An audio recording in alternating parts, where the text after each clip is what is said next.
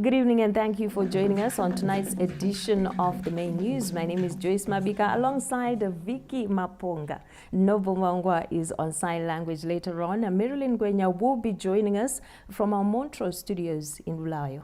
It's always good to have you with us, and this is the Main News, where we always ensure you are updated on what's happening locally, regionally and internationally. We're leading with these stories tonight. SADC chairperson, President Emmerson Mnangagwa, calls for the immediate removal of illegal sanctions imposed on Zimbabwe. In other news, International Monetary Fund expects Zimbabwe's economy to grow by 6% next year. In our leading business story tonight, a 10 million United States dollar bus assembly plant in Harare almost complete. And Dynamo's Chibuku Super Cup semi-final preparations are in shambles. That's our look at sport. Those are our leading stories. We now give you the news in detail. A Southern African Development Community SADC chairperson, President Emmerson Mnangagwa, says illegal sanctions imposed on Zimbabwe by the West continue to hurt vulnerable groups while stifling progress in all sectors of the economy, hence the need for the embargo to be lifted as a matter of urgency. This comes on the eve of the SADC Anti-Sanctions Day, which will be marked this Friday. We get our first report tonight from Bruce Chawanda. Zimbabwe has been battling illegal economic sanctions for over 20 years, and to push the United States and its Western allies to lift the embargo, the region is designated the 25th of October as SADC Anti-Sanctions Day. President Emmerson Mnangagwa, who also chairs SADC, is unequivocal on the adverse effects of the illegal embargo, which have hit ordinary Zimbabweans and the national economy at large. I wish to echo the unrelenting voices and pleas by the outgoing SADC chairperson, His Excellency João Lourenço, President of the Republic of Angola, and other past chairpersons, and indeed our brothers and sisters in the region, in condemning and calling for the immediate and unconditional lifting of the sanctions. It is the ordinary people, particularly the vulnerable, who bear the brunt of these heinous and inhuman measures, which also stifle economic and social progress in Zimbabwe. The SADC chairperson said the illegal sanctions undermine regional efforts towards integration and sustainable development. Our region enjoys relative peace and stability and continues to work towards achieving a prosperous and integrated region. We strive to secure a future where all our countries and peoples realize their mutually shared aspirations without leaving anyone and any place behind. The imposition of sanctions undermines our collective efforts towards regional integration and sustainable development. As a community, we have to continue working together to ensure that our region remains a beacon of hope and prosperity for generations to come. President Mnangagwa further implored all progressive nations to continue advocating for the lifting of sanctions for Zimbabwe and the region to contribute extensively to the world's socio-economic development. May this message transcend our borders and reach the ears and rattle the conscience of those perpetuating these cruel sanctions. They must realize the extent of harm their reprehensive actions inflict on the generality of the people of Zimbabwe, on the SADC region, and Africa at large. I implore all progressive countries to continue rendering their principled support to enable Zimbabwe and the SADC region to meaningfully contribute to the socio-economic development of the region and the world. The Second Republic has, however, come up with homegrown solutions to transform the economy through massive infrastructure development projects, as well as the modernization and industrialization taking shape in all sectors of the economy. Bruce Chawanda, SABC News, Harare. In a related report, the illegal economic embargo imposed on Zimbabwe by the United States and its Western allies has drained the country of an estimated 150 billion United States dollars in lost revenue. Now, whilst calls for the unconditional removal of the illegal sanctions continues to grow louder, Theophilus Chuma looks at how the embargo is affecting the livelihoods of millions of Zimbabweans who are now paying the ultimate price as collateral damage. Is the application of sanctions against certain individuals and companies of Zimbabwe has been exacerbated enormously by the process of overcompliance, and as a result, they attack human rights enormously for the people in Zimbabwe.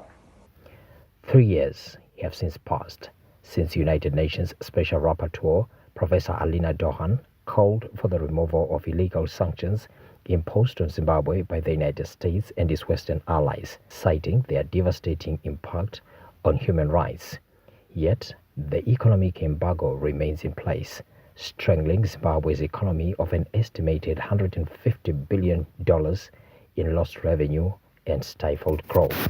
By instructing the United States executive directors through the Zimbabwe Democracy and Economic Recovery Act, ZEDERA, of 2001, to oppose any vote against loans, credits, or guarantees to the Zimbabwean government, international financial institutions have been blocked from providing vital support. This has crippled Zimbabwean firms such as Zisco Steel, CSC, and the National Railways of Zimbabwe, which have struggled to access offshore loans, forcing them to shut down. The human cost is staggering, as alluded to by Mr. Frank Musairira, who dedicated 44 years of his life to Zisco Steel, and others that bear the scars of the harsh and restrictive measures. Zvakaafekta vanhu vakawanda maagency ese vanga vakuda kuenda kupension vachiri vaduku tese takangobuda and upenyu hwedu uri kunetsa pakuti pension yedu chaisati aiwana. Zvinorwadza sei kuti munhu wakasenza 46 years of your life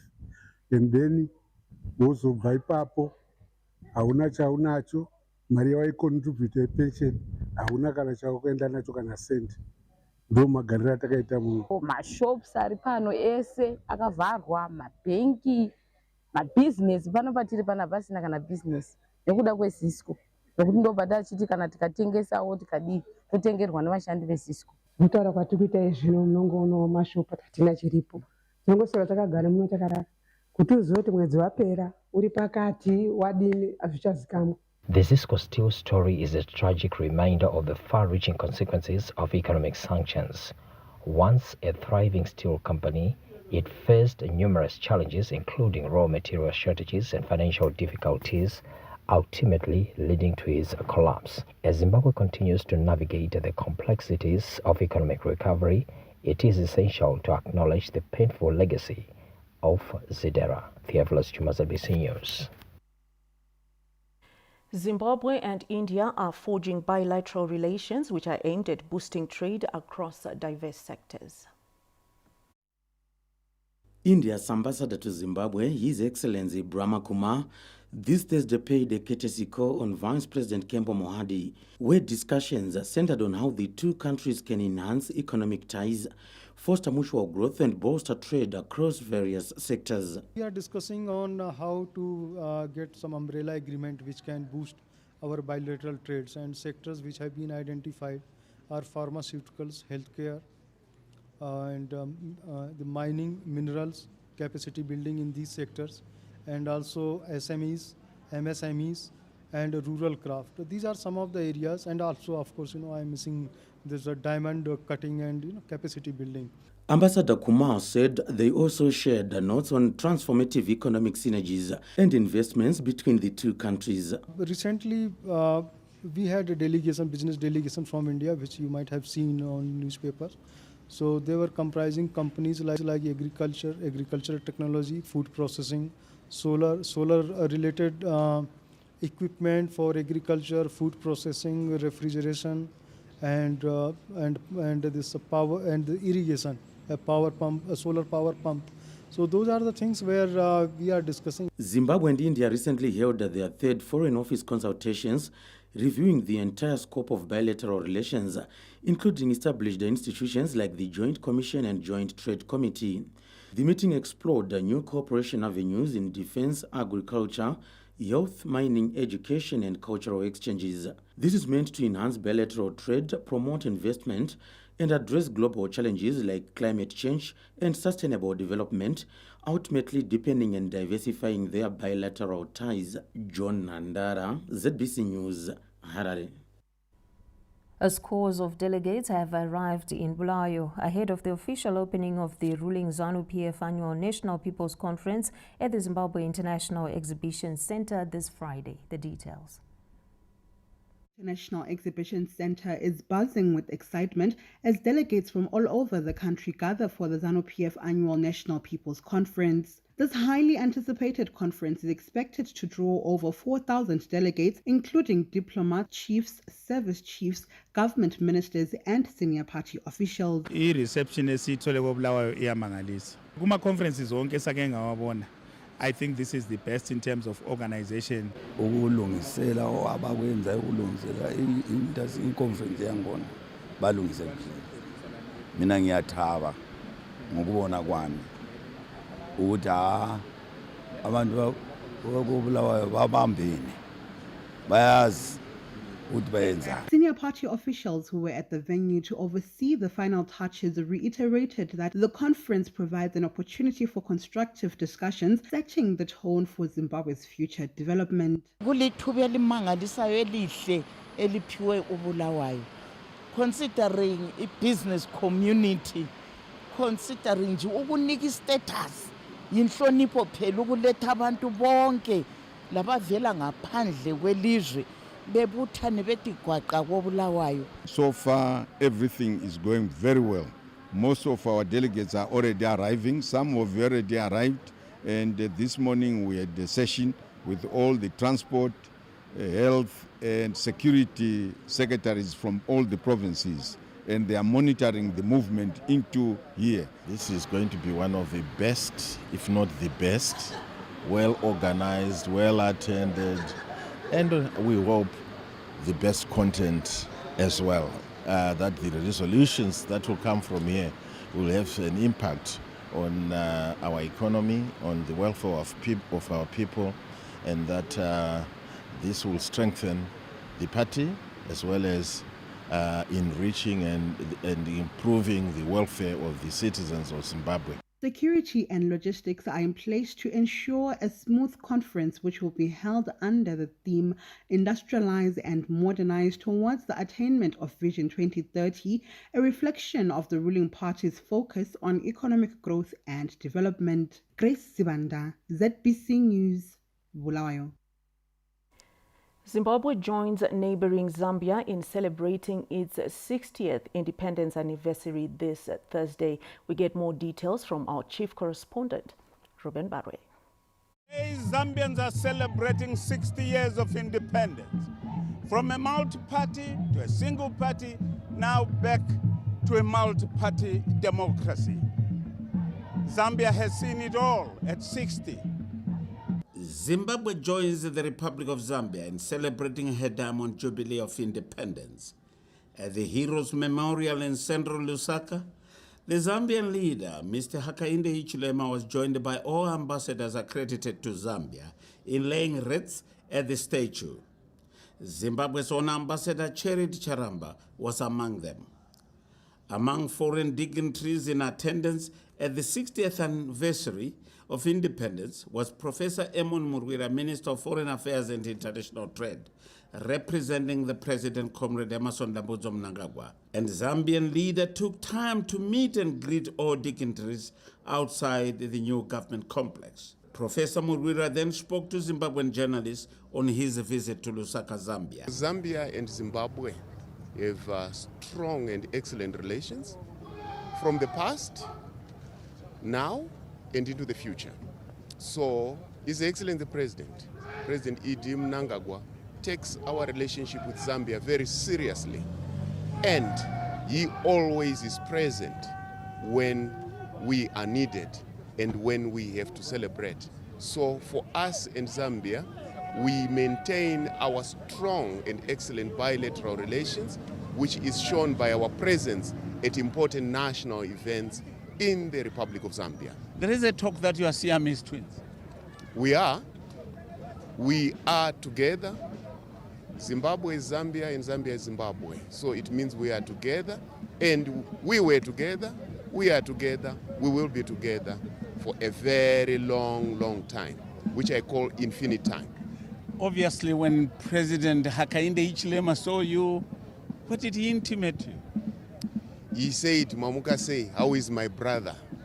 And I said, your brother is okay, and he has sent me here to make sure that we celebrate together the 60th anniversary of Zambia's independence. All events moved to the agricultural showgrounds near Manda Hill in Lusaka. Here, President Hichilema gave awards to deserving Zambians from different human endeavors, some still living and some posthumously.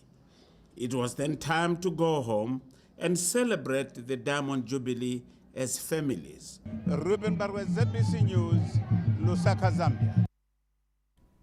The International Monetary Fund says Zimbabwe's economy will grow by 6% next year from a projected 2% this year.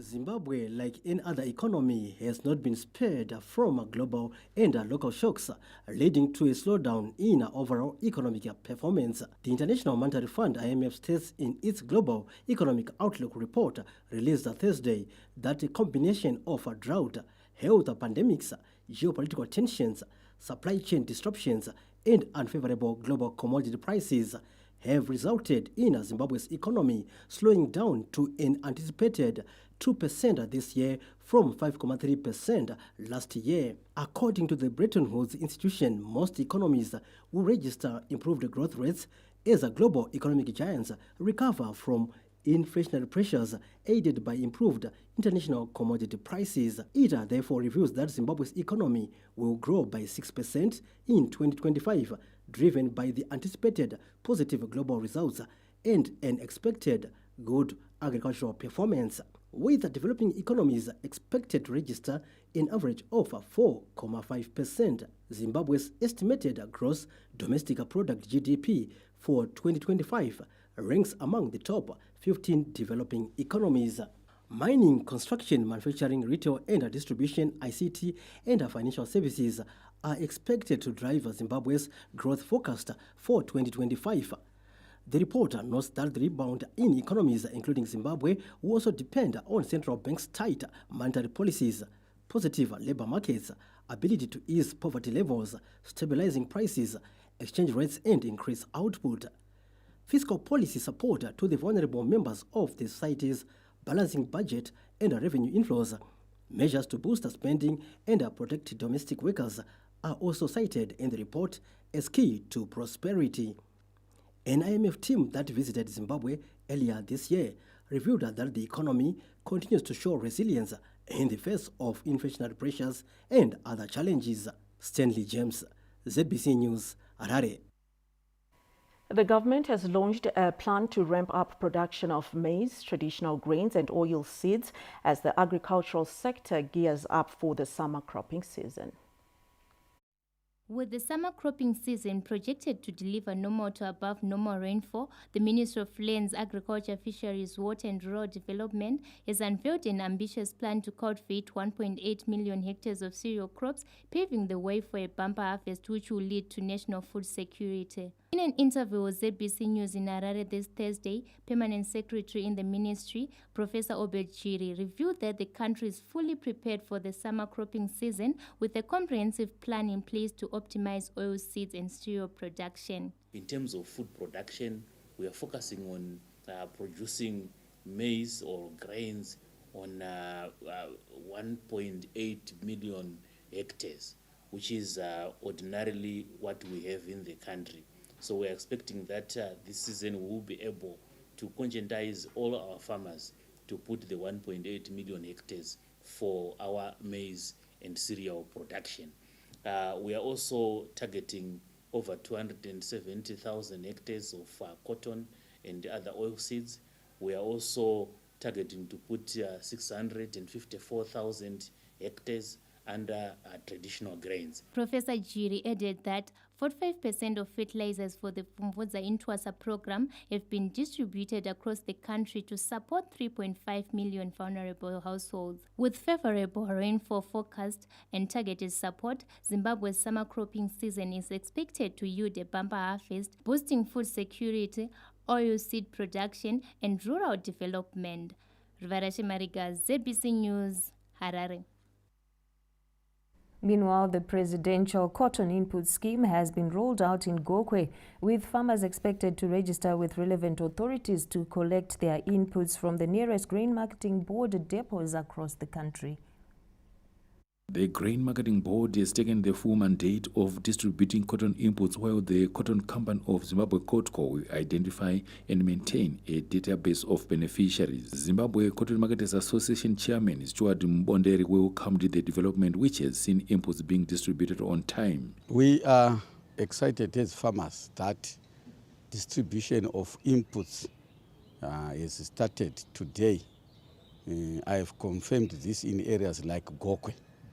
And I'm aware that AMA clerks are now moving into the common distribution points to start delivering of inputs.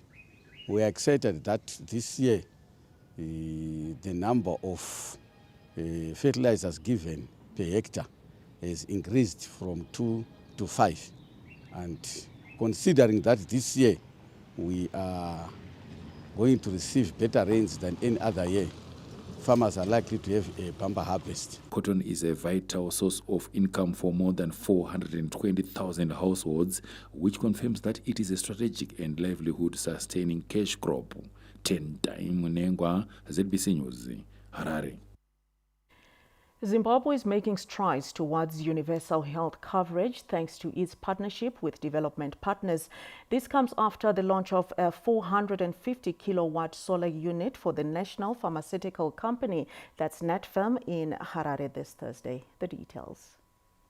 The solar system, with a generation capacity of 450 kilowatts, launched at the National Pharmaceutical Company of Zimbabwe, NatFarm warehouse this Thursday, was unveiled through the support of the United Nations Development Programme and the Global Fund. The solar facility is also part of government's broader smart health and climate objectives. When it comes to the issue of energy efficiency, this is one of the things that we want to really push for, to promote smart health and the health for the climate, particularly when it comes to reducing the reliance on national grid, which allow electricity to be supplied to other sectors of the economy that need them. The Global Fund has already invested $18.7 billion in the solar for health initiatives here in Zimbabwe, a move that strengthens health systems while reducing greenhouse gas emissions. This investment is not only about health services, but also addressing the challenges posed by climate change and frequent electricity blackouts. Minister of Health and Childcare, Dr. Douglas Mombeshora, commended the development partners for their continued support. Today's launch is the result of our strong partnership with the Global Fund and UNDP as we fight AIDS, TB, and malaria. I extend my deepest gratitude to both organizations for their unwavering support of the Zimbabwean government's efforts to combat these pressing health issues. Your contributions are invaluable Government has since installed solar systems at more than 1,000 health facilities nationwide, bolstering operational efficiency in critical areas such as maternity wards, laboratories, pharmacies, and health information systems. Festus Mkungurutse, ZBC News, Harare. For more news and information, do log on to our website, which is www.zbcnews.co.zw. We also have some viewers who are watching us right now on Facebook. Our handle there is at ZBC News Online. We are also on X and YouTube, and our handle still is at ZBC News Online. Do ensure you log on and follow up and keep updated. And here are stories still to come ahead in the bulletin. In business, a 10 million United States dollar bus assembly plant in Harare almost complete. Later on in sport, Dynamo's Chibuku Super Cup semi-final preparations are in shambles. We're taking a breather. Stay with us.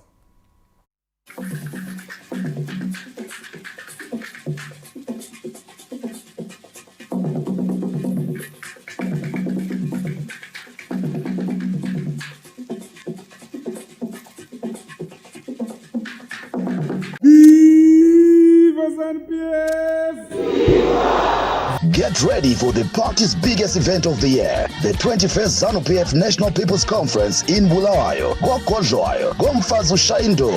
Join ZANU-PF, the People's Party, as we come together to shape the future of our great nation. From October 22nd to the 27th, 2024, we gather under the theme, Industrialize and Modernize towards the attainment of Vision 2030. Key highlights of the event include keynote address, hear from His Excellency, President and First Secretary of the party, Comrade Emerson Mnangagwa, as he outlines the nation's future. Leadership engagement, as you meet our party leaders and learn about ZANU-PF's vision for Zimbabwe's development. ZANU-PF Business Expo. Connect with business experts, investors, and partners to explore growth opportunities and innovations. A music gala featuring Zimbabwe's finest artists. Come and be part of shaping Zimbabwe's future. Together, let's work towards a brighter tomorrow.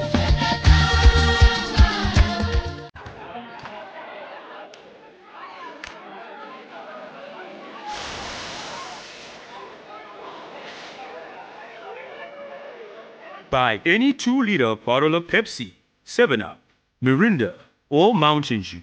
Peel off the label and follow the instructions under the label to win your instant Ethernet talk time or SMS. Yes, it's that simple. This is the right choice, Zimbabwe. Steelmate Investments is your leading supplier of steel and roofing sheets for all your IBR sheets, field fence, galvanized wire, defense, barbed wire, beams, deformed bars, and so much more. Contact our head office on 0788 930 556 up to 61 or our Mbari office on 0788 930 550 up to 5. Steelmate Investments, your friend in steel. Shark on the line. He took my fish. Did you see that? I just was like, what? I really want you to find someone nice who would mean the world to you and make you so happy. Bernardo Silva, Stones, Foden, a little bit of time. Oh, what a shot! What a goal! What a player!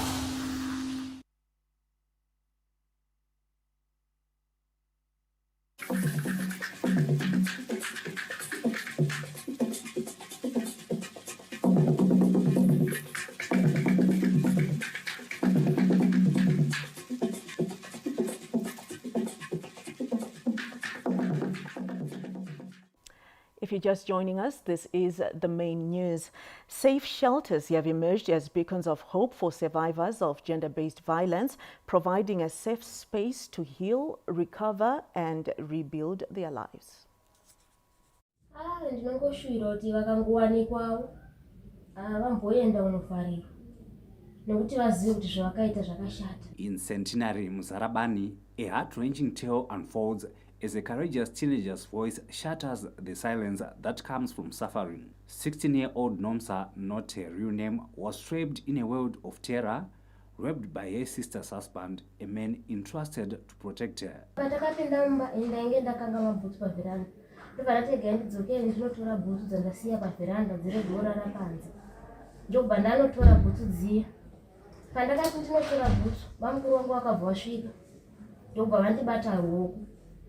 Ndipo vatanga kutaura neni vachiti nhasi hamusi kurara kumba kwenyu. Ndikati ne mhaka yedu. Ndobva zvanzi nhasi sisi wenyu havako, nhasi ndimi muri kutsiva sisi. Saka inini ndakabva ndati aiwa, inini nhasi handisi kurara mumba menyu, ndiri kuenda kunorara kumba kune vamwe. Ndobva vanditi alright. Asi pavakati alright, vakanga vandimonera nemuhuro. In the midst of suppression, she eventually found a voice. Saka unoona ya kuti zvangu zviri zvinhu zvakanakira kuti wakabviswa pakumbunyikidzwa kwawaitwa panzvimbo yawanga uri iyoyo. Ndakatobatsirika nekuti nyange kuchikoro chaiko zvakutonetsa. Zvainetsa nei? Wasingachotobira kuti ndiende kuchikoro waiti hapana kutambisa nguva yako nekuti hausisiri mhandara. The safe shelter model implemented by government and its development partners is proving to be a masterstroke. Vachisvika panapa tinoti munhu anenge akatobatikana akadisturbeka psychologically, then through counseling nekuzotaura, then kusangana nemamwe macolleagues vachitaura maissues awo, at the end of the day ndopatozoona kuti munhu atochinja akutofara. We've supported the ministry to establish these centers, and we've seen that this model works in addressing the holistic needs of survivors of GBV. So the one-stop center model we saw at the Bindura Provincial Hospital and the shelter here in Mozambique district has really supported survivors, and we've seen the positives that have come out of implementing this model in assisting survivors. 6 provinces have so far established safe shelters under the Spotlight Initiative, providing a safe haven for survivors of sexual and gender-based violence. Wellington Makonese, ZBC News. Indeed, GBV survivors need safe shelters. And on that note, we cross over to our Montreux studios in Blayo, and it is Marilyn Gwenya on the other side. It's a very good evening to you, Marilyn. Good evening, and many thanks to you, Joyce. And of course, I do concur. Gender-based violence survivors do really need a safe space. And now moving on to our following report, residents of Gwanda South have taken a proactive approach in combating the effects of climate change through mobilizing resources to rehabilitate the heavily silted Switcher Dam. A community-led initiative is underway as the people of Gwanda South work in unison to rehabilitate the local dam. This has ignited hope among the likes of Gogo Musa Dube and their friends who have been struggling with fetching water. Yikubona sengogogo sibuya sizobona ukuthi kuyayenzakala yini into yakho. Idabule lathi liqalisa lalibamba amanzi lisincedisa esifuyeni kopeni yonke into nje lokunatha. Kodwa kwabe ngane kuyafiphala kuya ngeminyaka. Kodwa kwakathesi xa kube nje so sibona ngathi kuzasiphathisa okukhulu kakhulu. Siyahawula kakhulu. Abani kungaba le damu noma singabogogo sindi siyalengisa ungamagabha sithelele izingadi zethu sisuza imbida yokudla. Thina njengezakhamizi sakwanisa ukuthi siqoqe imali yokuthi umtshina ubuye lapha edamu uzosigebhela ukwenza ukuthi amanzi sikwanise ukuthi lapha azakuna khona athathe nje isikhathinyana esingani sikhulu ngoba ngikhuluma kunje kathesi ku dry. Gwanda South Legislator Honorable Umphile Marubi, who is also the Deputy Minister of Information, Publicity and Broadcasting Services, is spearheading the rehabilitation of dams like Switcher, Gungwe and Buvuma. Izifuyo ngaphandle kokudla zibulawa ngumhawu ngoba zihamba umango omude zidinga amanzi. Amanzi angikhona njalo kakho ngoba kungasela amadamu emangweni lowo. Ngakho ke idamu leli ukuvuselelwa kwalo kuqhakathekile njalo kuzayenza ukuthi ukufa kwezifuyo kuphunguke ngoba sokulamanzi eduze. Labadala kabasoze besaba lo mthwalo ukuthi bayekhatshana besiyadinga amanzi. osokusele ukuthi-ke siqhubekele phambili ngendlela ezinye ezintsha ezokubona ukuthi siyalima ukudla kwenkomo. Gwanda South has taken a significant step forward in combating drought thanks to the government's drought mitigation program. The constituency is home to the first ever drought mitigation center and village business unit strategically located in Garanyemba. Providence Maranelli, ZBC News, Gwanda. Schools in Zwishavane district have been urged to join the digital bandwagon by embracing information communication technologies. This push is meant to bridge the digital divide and pave the way for a fully digitalized economy. As the nation journeys towards an upper middle income society by 2030, the role of information communication technologies ICTs cannot be overstated.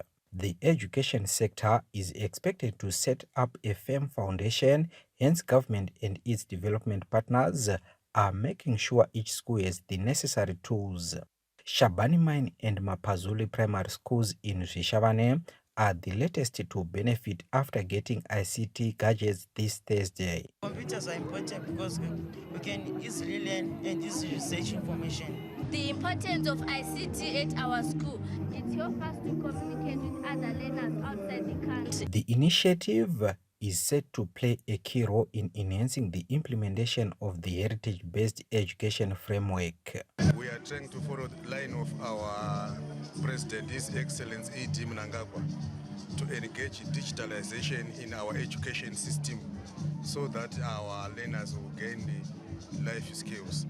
I am therefore grateful to our action-oriented leader, the President, for pioneering the implementation of the new model through significant and tangible ICT support programs and projects under the Presidential Schools Computerization.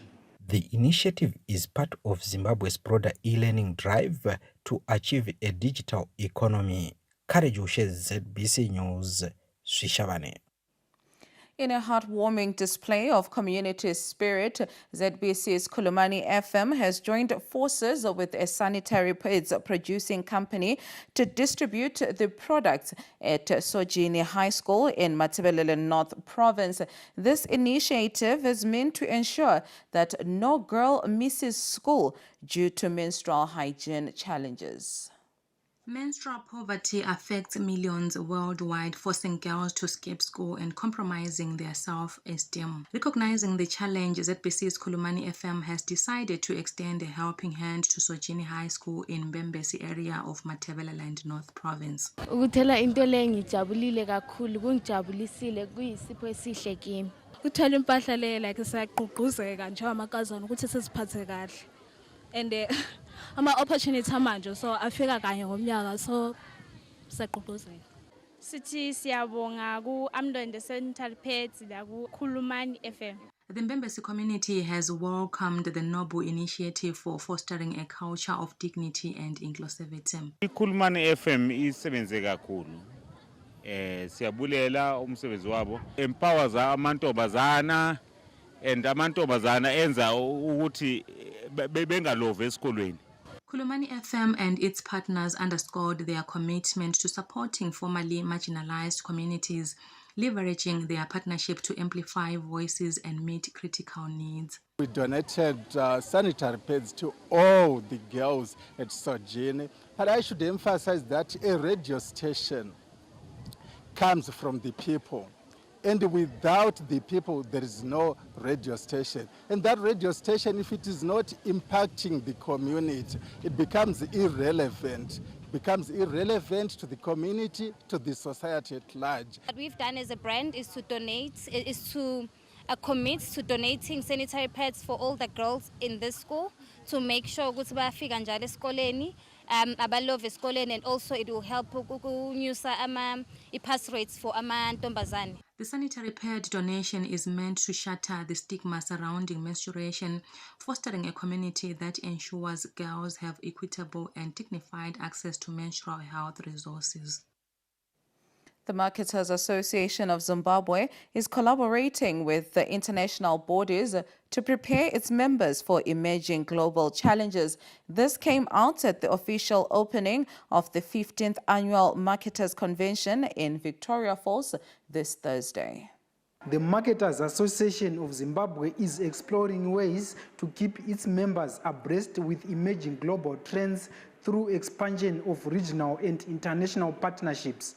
The latest is a collaboration with the Chartered Institute of Marketing. We are excited about our current upcoming collaboration with the Chartered Institute of Marketing, CIM, which will begin in 2025, giving our members access to global expertise and cutting-edge trends, including big data and analytics. Marketers were also reminded to keep abreast with modern trends. I can do a whole exhibition online without meeting the people who are visiting my exhibition, but bring a lot of traffic to my sales funnel, which is no longer physical with the 7 steps of closing a sale.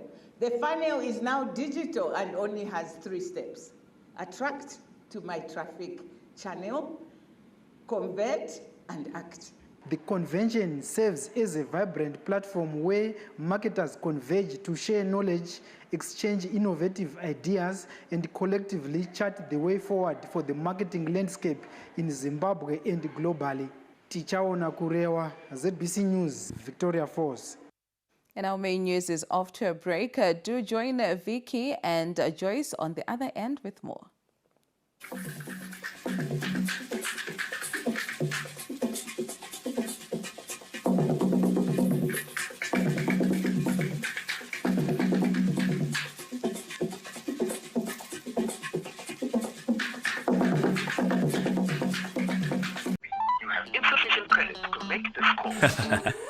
That's what you think. Yes. Now, all you need to do to get more talk time and SMSs is to buy any 2-liter Pepsi, Mountain Dew, 7-Up, and Mirinda in the Peel and Win 2-liter promotion. So buy, peel, and win today. This is the right choice, Zimbabwe.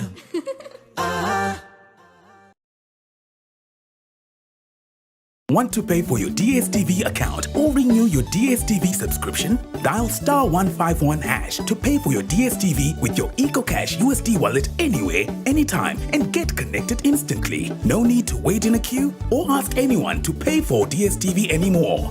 To subscribe for your DSTV package with your EcoCash USD wallet, simply dial *151#, select USD currency, select Make Payments, select Direct Payments, select Pay DSTV, select Renew Subscription, and you will be connected instantly. Live life the EcoCash way.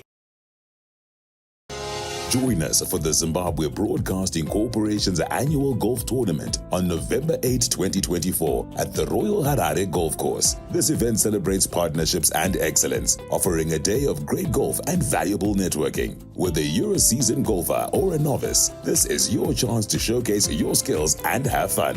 Don't miss out. Mark your calendars. For sponsorship opportunities and bookings, don't hesitate to get in touch with Claris on 0712-842-138. See you on the greens.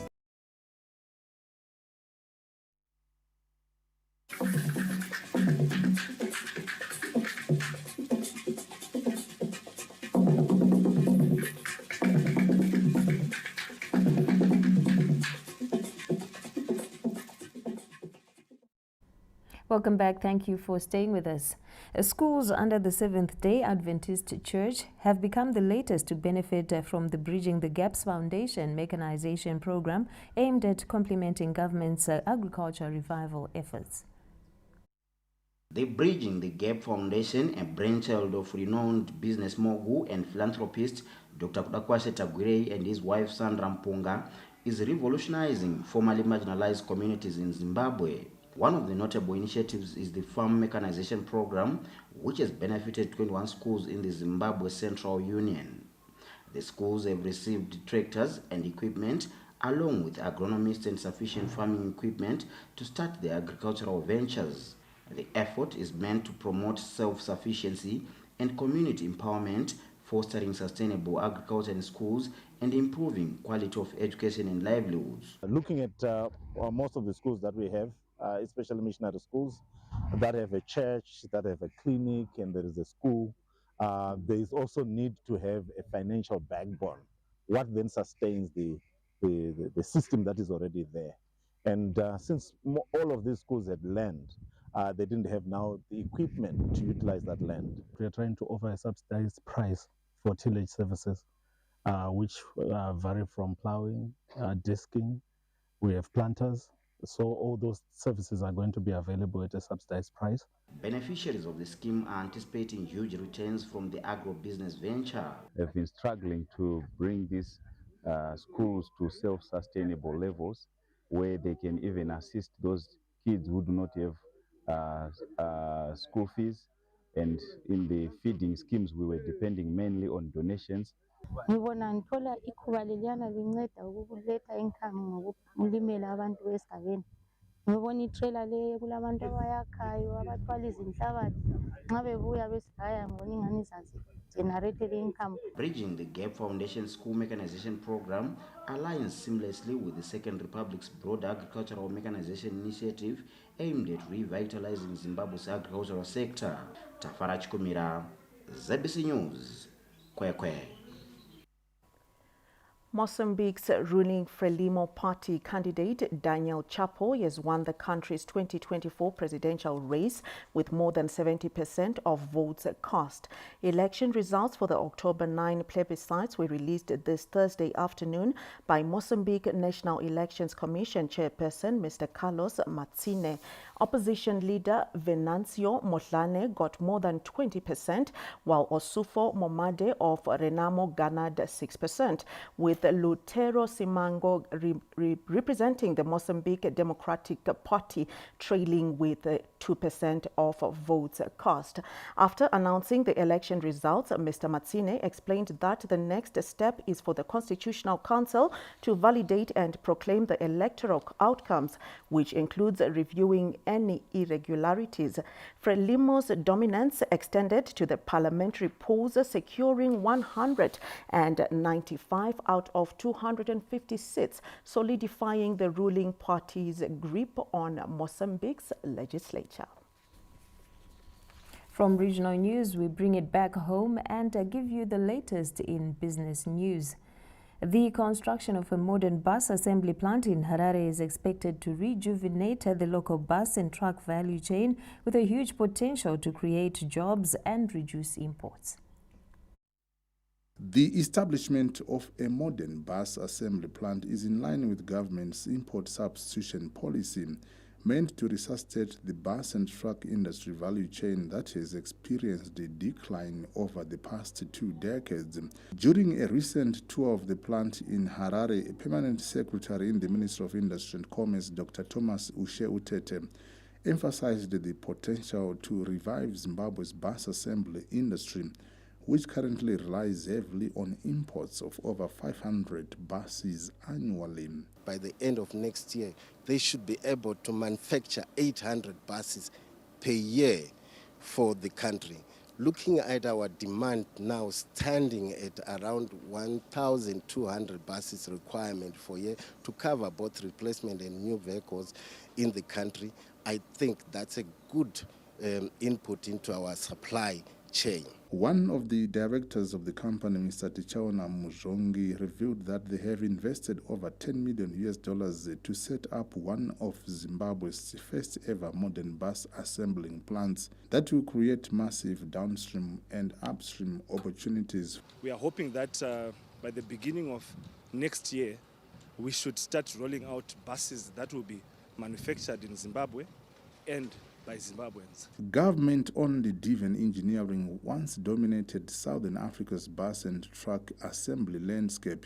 The company, however, faced numerous challenges, including crippling economic sanctions, which severely impacted its operations. The establishment of the new plant is therefore expected to restore the industry to its former glory, leveraging this new facility as a launchpad for growth. Owen Mandova, ZBC News, Harare. From business news, we look into the arts where top artists are set to ignite the stage at the SADC Anti-sanctions Gala, set for this Friday in Esigodini, Matebeleland, South Province.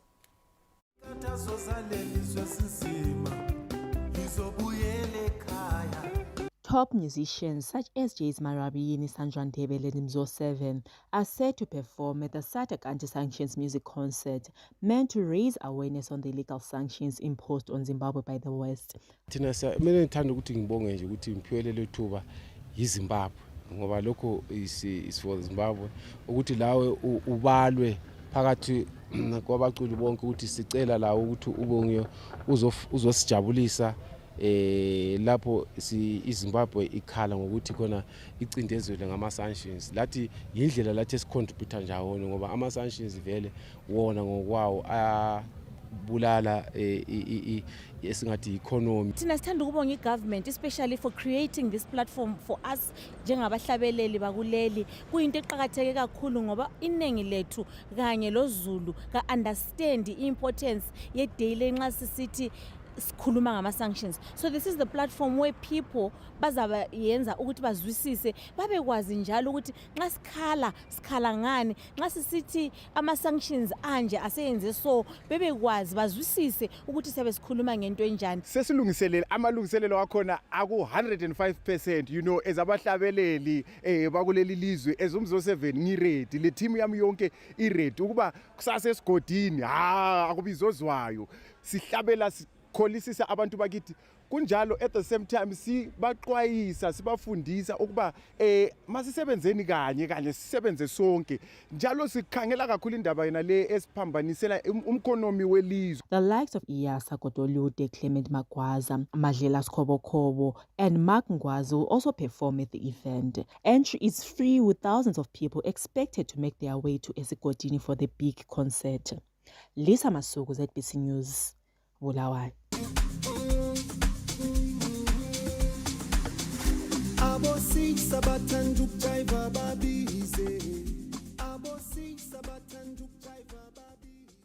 Well, it looks like Esigodini is the place to be as a cause for the removal of illegal sanctions imposed on the country continue to grow louder. We now shift our attention to sport, and it's Anashe Mrombedzi on the Sports Corner this evening. Anashe, it's over to you. Thank you so much, Joyce. Time for sport. Now, Dynamo's preparations for the Chibuku Super Cup semi-final against the Manika Diamonds are in shambles after players boycotted training for the second day this week over unpaid bonuses and signing on fees. Reigning Chibuku Super Cup champions Dynamos faced a daunting semi-final clash against Manika Diamonds at Rufaro Stadium on Sunday. Their title defense has, however, been threatened by an internal crisis after players boycotted training for 2 days over unpaid dues. Players who spoke to this news crew on condition of anonymity confirmed that they are owed winning bonuses, while some have not received their signing on fees. The Dynamos media briefing scheduled for this Thursday was cancelled, further fueling speculation about the depth of the crisis. Efforts to get a comment from the club's executive were fruitless as calls went unanswered. Lawrence Tresida, ZBC News, Harare. The Zimbabwe Women National Football Team, the Mighty Warriors, kicked off the ECOSAFA Women's Championship on a poor note after a 1-0 defeat by Mozambique at the Isaac Wolfson Stadium in South Africa this Thursday. The Mighty Warriors once again found the going tough against a familiar foe after a 1-0 defeat to Mozambique in a repeat of last year's third-place playoff.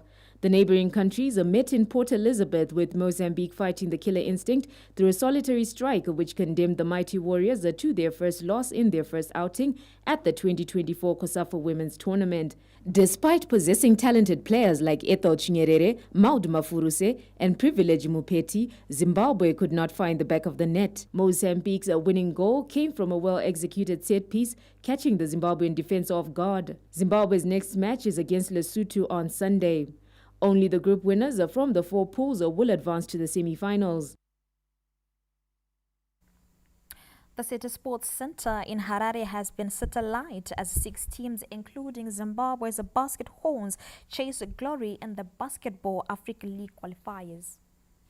With 2 tickets to the Elite 16 stage of the Basketball Africa League BAA on offer, Exciting action is in store at the City Sports Centre. 6 teams are battle for glory. Zimbabwean champions Basket Hounds had to dig deep on the first day this Wednesday to down a resilient Bravehearts from Malawi, 72-62 in the BAO Group E East Division. Tawanda and Mtembo's Hounds were pushed to the limit after their lead was erased and had to come back from behind to snatch a victory. The Bravehearts lived up to their moniker with a stunning turnaround, overcoming a 10-point deficit to take the lead in the third quarter, showcasing remarkable resilience and determination. True to their name, the Hounds hunted down victory with a relentless pursuit led by veteran Evaristo Paspamire's stellar performance. The clutch fourth quarter display secured a 72-62 win for Hounds in their opening BAO Elite 16 qualifier. Earlier on, Foxes from South Sudan thumbed the Botswana Defence Forces 76-67, while Matero Magic of Zambia shocked the Costa do Sol of Mozambique 78-71 to cap off a fine day of basketball. The action continues this Thursday with Foxes and Costa do Sol getting proceedings underway at 2 p.m. Before Matero Magic and Bravehearts take to the court at 4:30 p.m. Hounds face Botswana Defence Forces at 7 p.m. to conclude the day's action at the City Sports Centre. Lawrence Tusida, ZBC News, Harare. To conclude sport, the Zimbabwe Netball team technical department has gone for experience after naming a 15-member squad for the Celtic Cup slated for Scotland next month. After a rigorous 3-week training camp, coach Ropafadzo Mutsaoki has trimmed down the 28-player pool to a 15-member squad dominated by veterans. Captain Felistas Kwangwa, a veteran of 2 World Cups, headlines big names alongside Ursula Ndlovu and Sharon Bwanali. Tafadza Mawango, who was a non-playing member of the 2019 World Cup, gets another chance to showcase her shooting prowess. Elizabeth Mushore, all-rounder Nicole Muzanenamo, and defense stalwart Asa Zimusi, who all featured at the last Africa Cup and World Cup, are also part of the cast. Rising goal shooter Tandazile Ndlovu earns another call-up to the national team together with Luya Anifa, Tandiwe Mushore, and Faith Mutero, who are set to bring youthful energy. Veteran Blessing Kahari is excited to be back after missing recent tournaments over personal reasons.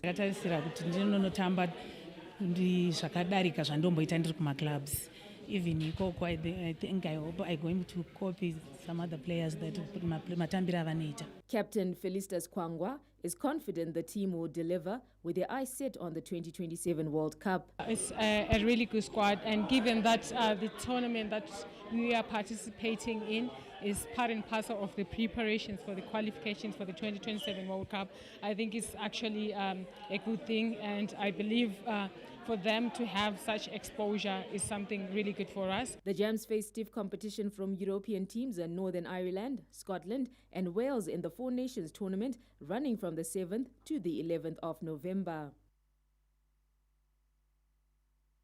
Weather report and forecast is up next. Hello Zimbabwe and welcome to tonight's weather report and forecast. Hope I find you well. It's been a bit of thunder over the northern parts, but to the south we had cloudy and cool conditions because of moisture that drifted in over those southern areas, but it also led to isolated thunder showers along the main watershed. This moisture, however, is fading out. We were expecting just a bit of cloudy conditions over the northern parts as of today, but as we get into tomorrow, the clouds should reduce also on the northern sides and the south. But as we get into the weekend, more moisture is expected to drift into the western parts, covering a bit of showery weather over the parts of Matabeleland North and Matabeleland South. And as such, for our evening today, we're expecting mild conditions across much of the atmosphere with just cloudy conditions over the north. This should persist into tomorrow. We're expecting a bit of odd showers here and there, but it should get more of the sunny skies as we get into the early parts of the weekend. And as such, over the western parts below, you should expect a bit of sunshine there. As for Matopos, we're expecting clouds to start drifting in as we get into Saturday. Same for Gwanda, also clouds projected into Saturday there. And for Lupane as well, expecting a bit of moisture from the west as we get into Saturday and Sunday. Same for Victoria Falls, we're expecting a bit of thundery weather as well. Into the interior, we're expecting to have more of the sunny skies. Moisture gets in as we get into Monday. Same for Kwekwe on Monday, thereabout we're expecting moisture to drift in, as well as Kadoma, where our thundery weather cannot be ruled out. And also in Chinoy, we're expecting the moisture to be around about Monday, where we're expecting thundery weather. For Harare, we're expecting the moisture also to drift in around Monday into Tuesday. We're expecting cooler conditions on Tuesday. For Kariba, a fall of temperatures also on Tuesday. We're expecting that moisture to affect our temperatures there. Masvingo, a bit of cloudy from Monday into Tuesday. And for Bindura as well, from Monday into Tuesday, we're expecting a thundery weather into the weekend. But for Marondera, we're expecting more of the sunny weekend, and it gets cloudy as we get into Monday and Tuesday. Nyanga also projecting a bit of cloudy here and there because of remnant pockets of moisture, but it should get sunny and warm in the days ahead. I am James Goma Jr. for the Met Department, giving you the weather today and reminding you that when thunder rolls, it's best to be indoors.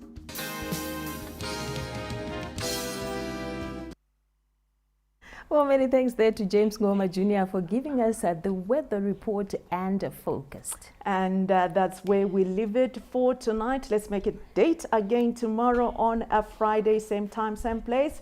For now, we say good night. See you tomorrow.